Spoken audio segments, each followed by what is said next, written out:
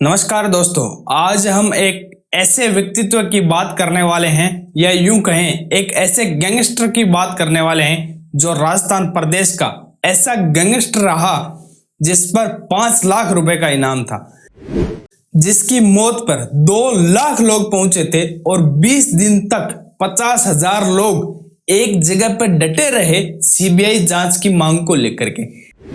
एक ऐसा गैंगस्टर जिसकी बदौलत राजस्थान में सरकार बदल गई, जिसके बारे में कहा जाता है कि उसकी रॉबिनहुड की छवि थी, जो अमीरों को लूट करके गरीबों को देता था। सूट वूट और चश्मे में नजर आने वाला आनंदपाल सिंह नागौर जिले के सांवराद गांव में 13 मई 1975 को हुकम सिंह और माता निर्मला कंवर के घर जन्मा ऐसा गैंगस्टर था जो दुश्मनों को ऐसी मौत देता था कि रूहें कांप जाती थी।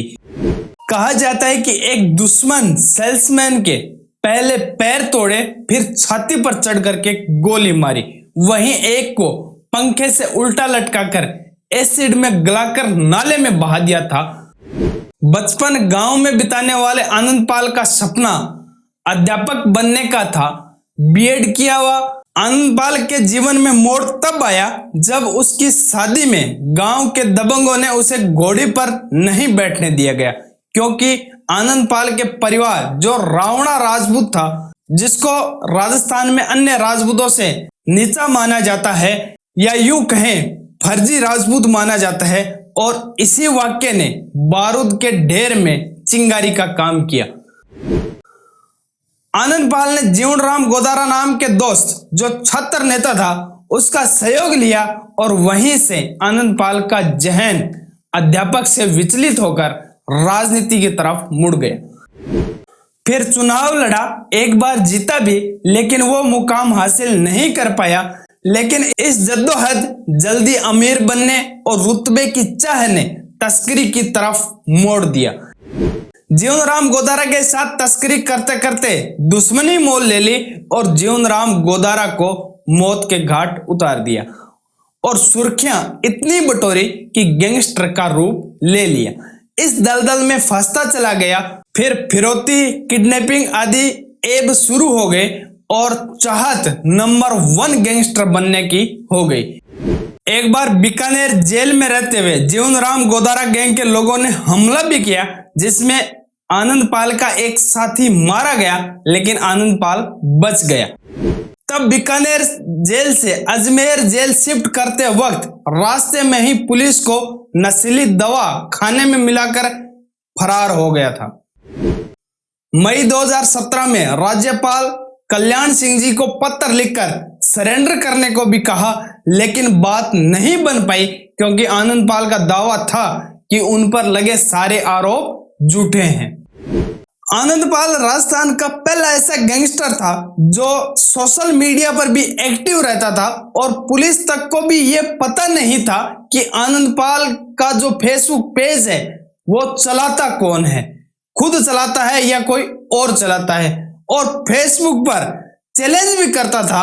एक बार फेसबुक पर AK-47 की फोटो डालकर कहा कि आंधी आने वाली है, और उसके 2 दिन बाद 2 पुलिस वालों का एनकाउंटर हो गया था। कुल मिलाकर राजस्थान पुलिस ने परेशान होकर के स्पेशल टीम बनाई आनंदपाल को पकड़ने के लिए।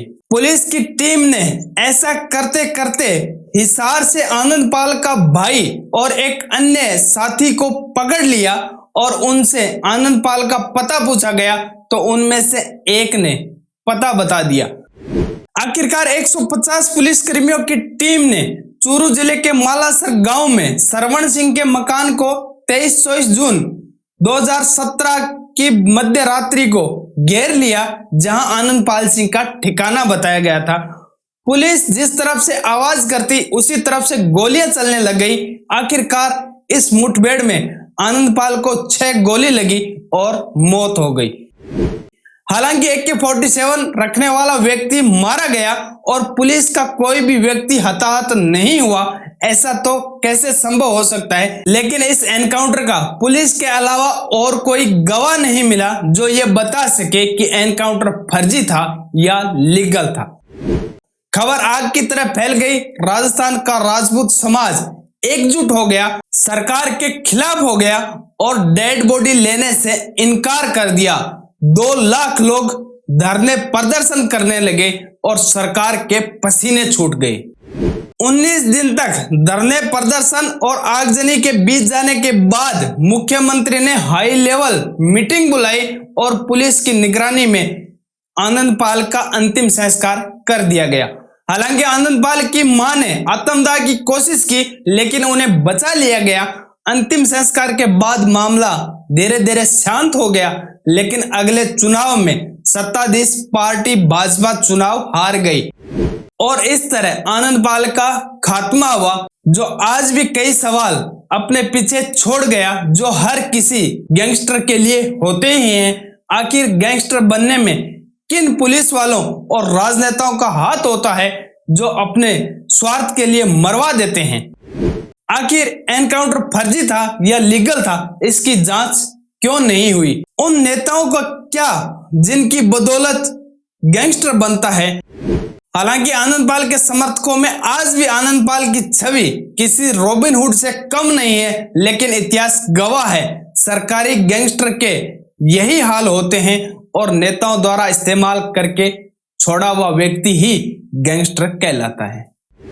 हमारा ये छोटा सा प्रयास आपको कैसा लगा, आप कमेंट करके जरूर बताएं और हमारे चैनल को सब्सक्राइब करें। वीडियो के अंत तक बने रहने के लिए धन्यवाद। जय हिंद, वंदे मातरम।